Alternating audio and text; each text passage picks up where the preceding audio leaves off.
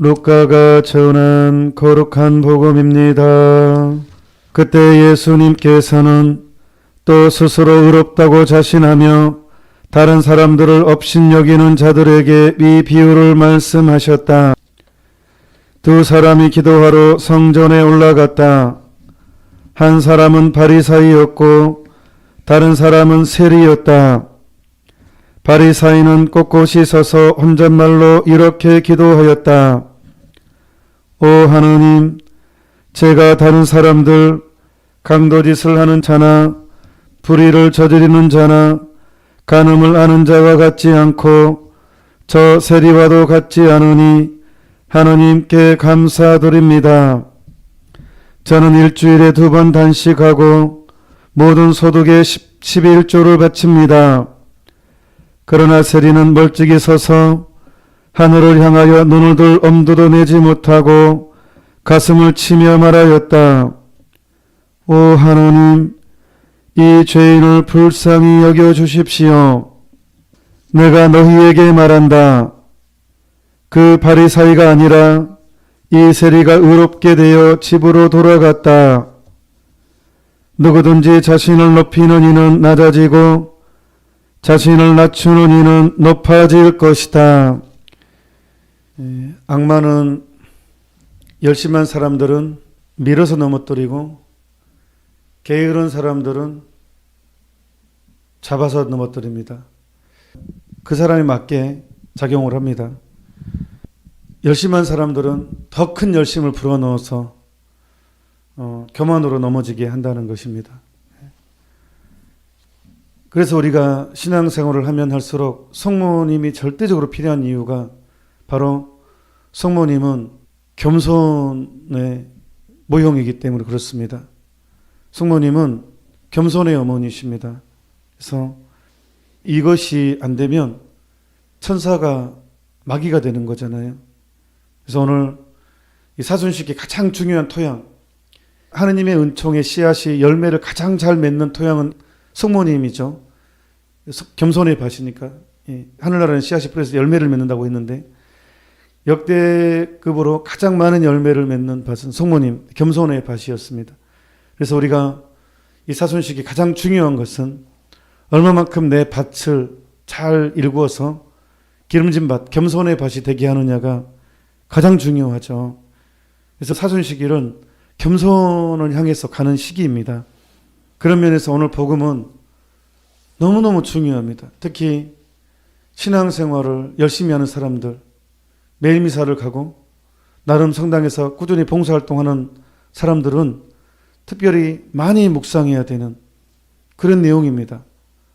세리, 죄인으로 취급받던 사람이에요. 그러니까 이 양반도 양심이 있으니까 성전에 가지도 못해요.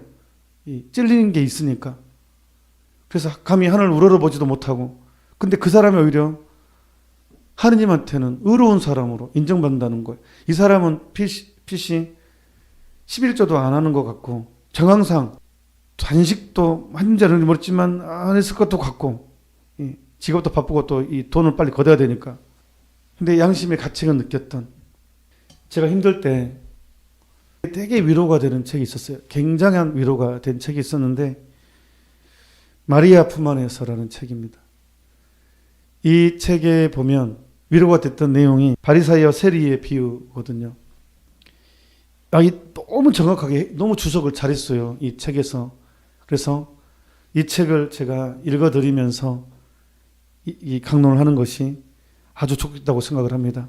자, 이제 복음 내용 있고, 이것은 누구에게 말씀하신 비유이겠습니까? 루카복음사가는 분명히 말했습니다. 자기네만 옳은 줄 믿고 남을 업신여기는 사람들에게. 핵심은 열심한 사람들은 자기 열심 때문에 다른 사람들을 쉽게 판단할 수가 있어요. 쟤는 왜 저렇게 살까? 왜 저 사람은 저 모양일까? 라고 다른 사람들에 대해서 업신여기는 사람들이 포인트예요. 남을 업신여기는 사람들에게, 그렇게 옳은 줄 믿는 사람들에게 예수님께서 말씀하십니다. 하느님 앞에서 그들은 큰 죄인들보다 더 나쁜 상태에 있습니다. 남을 업신여기는 사람들은 하느님 앞에서는 다른 큰 죄인보다 훨씬 나쁜 상태에 있는 거라는 거예요. 하느님 앞에서는 우리가 자신의 실체를 인정한 때만 올바른 사람이 될 수 있습니다. 그래서 아구스티노 성인은 겸손이라는 것은 하느님 앞에 내가 누구인지 아는 것, 이것을 겸손이라고 얘기했어요. 이것은 자신이 무기력함을 인정하고 하느님의 자비를 신뢰하는 마음으로 받아들이는 것을 말합니다. 이상하지 않습니까? 왜 하느님께서는 제의 화신 같은 세리를 그렇게 간단히 올바른 사람으로 인정하시는 걸까요? 옳은 줄 알았던 바리새파 사람은 왜 올바른 사람으로 인정받지 못하였고 낮추인 것에 대한 예고를 덧붙이신 것은 어째서일까요?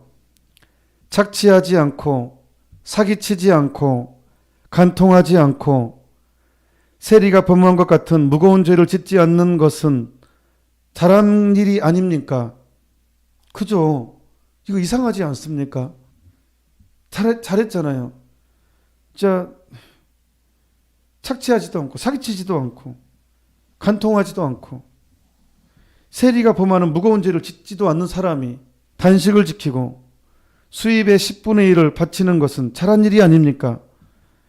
왜 바리새파는 올바른 사람으로 인정받지 못했을까요? 무엇이 하느님의 자비에 이르는 문을 닫게 한 것일까요?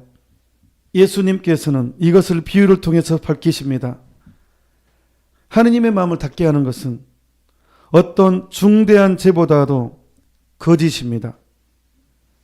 자신의 무기력함을 인정하지 않고 하느님께 받은 선물을 자랑하고, 이것은 무슨 뜻이냐 그러면 하느님께 받은 선물을 자랑한다는 것은 자기 만족이 빠지는 거예요. 그러니까 은근히 자기 만족, 이제 대놓고는 하지 않아요. 자기도 모르게 이제 이렇게 하여튼 나는 매일 미사하고, 그러니까 하느님을 기쁘게 하는 것에서 기쁨을 느끼는 것이 아니라 내가 이런 일을 했어라는 나에 대해서 기쁨을 느낀다는 거예요. 이것이 바로 하느님께 받은 선물을 자랑하는 것이에요. 그 선물로 자신이 남보다 낫다고 생각하는 것입니다. 하느님이 나에게 이런 것을 주지 않아서 난 더 큰 죄인일 텐데, 그냥 하여튼 그 선물로 자신이 남보다 낫다고 생각하는 것입니다. 이게 하느님한테는 얼마나 역겨운 일인지 모릅니다. 자신의 죄를 고백하는 사람이 올바른 사람으로 인정받습니다. 우리가 생각과 말과 행위로 범한 죄 혹은 의무를 소홀히 한 죄이거나 하느님께서 우리가 범하지 않도록 보호해 주시는 그러한 죄이거나 정말로 뉘우치며 하느님의 자비를 믿는 사람은 이렇게 기도합니다. 하느님, 이 죄인에게 자비를 베푸소서. 바리새파는 남도 그렇게 생각하고 그 스스로도 옳은 사람이라고 생각합니다. 하지만 그와 같은 일을 싫어하시는 예수님께서는 그는 낮추어질 것이라고 말씀하십니다. 만약 하느님께 받은 선을 자기 것으로 생각하고 자랑하기 시작하면 그 선을 빼앗기고 맙니다. 왜 열심한 사람들이 확 넘어 이제 이 교만이 참 무서운 것은요. 남들은 다 저 사람이 교만한 게 보입니다. 본인만 몰라요. 특히 열심한 사람들한테 나타나는. 그래서 말도 잘 안 듣습니다. 그래서 저는 사실 본당 신부할 때 가장 골치 아픈 사람이 열심한 사람들이었습니다. 말을 안 들어요. 그래서 본당을 이렇게 바꿀 때 뭔가 이렇게 좀 쇄신하고 싶을 때 그게 제일 힘들더라고요. 개인적으로는 그랬어요. 열심한 사람들이 말은 제일 안 듣는다. 그래서 여기 보면 만약 하느님께 받은 선을 자기 것으로 생각하고 자랑하기 시작하면 그 선을 빼앗기고 맙니다.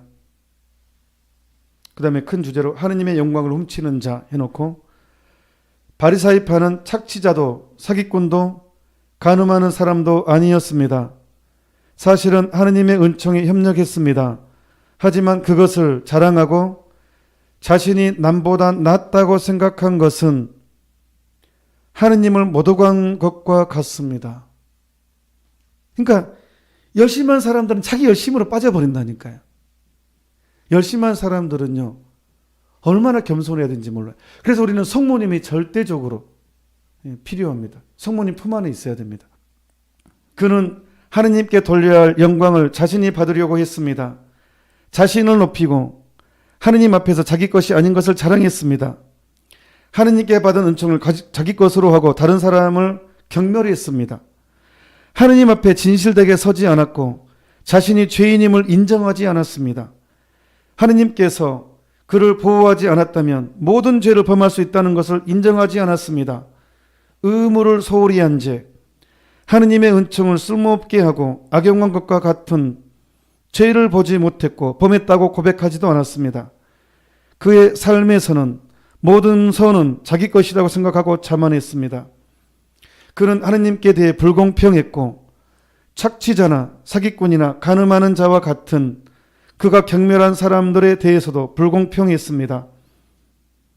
그리스도 눈에 그는 올바른 사람으로 인정받기에 합당했을까요? 우리도 그와 비슷합니다. 하느님 앞에서 자기의 몇 가지 사소한 죄들을 고백하지만 우리의 엄청난 죄의 심연을 침묵으로 지나칩니다. 의무를 소홀히 한 죄, 은총을 쓸모없게 한 죄, 하느님께서 지속적으로 보호해 주시는 우리의 악행들에 대해서는 고백하지 않습니다. 하느님께서는 우리의 죄를 용서하시고 올바른 사람으로 인정하고 싶어 하시지만 우리가 자신의 죄를 인정하지 않고 하느님의 선물을 자기 것으로 자랑한다면 올바른 사람이라고 할 수 없습니다. 당신은 단지 그릇에 지나지 않습니다. 하느님 앞에 서서 세리가 한 것처럼 그분의 자비를 신뢰하면서 자신의 실체를 고백하면 하느님께서 우리의 비참함을 보시고 당신의 피조물을 가엾게 여기시고 그를 변화시키시고 신성하게 하시고 하느님의 존재로 채우십니다. 마리아를 본받고 그녀처럼 하느님의 존재로 가득 찬 그릇이 되길 원한다면 마리아처럼 마음이 가난해져야 합니다. 그릇은 그릇에 지나지 않고 항상 그렇게 남아 있습니다. 그릇이 하느님의 존재로 가득 차 있을 때라도 그것을 잊어서는 안 됩니다. 우리 영혼의 그릇의 재료는 세리가 말한 것처럼 이 지상에서는 항상 그렇게 남아 있습니다.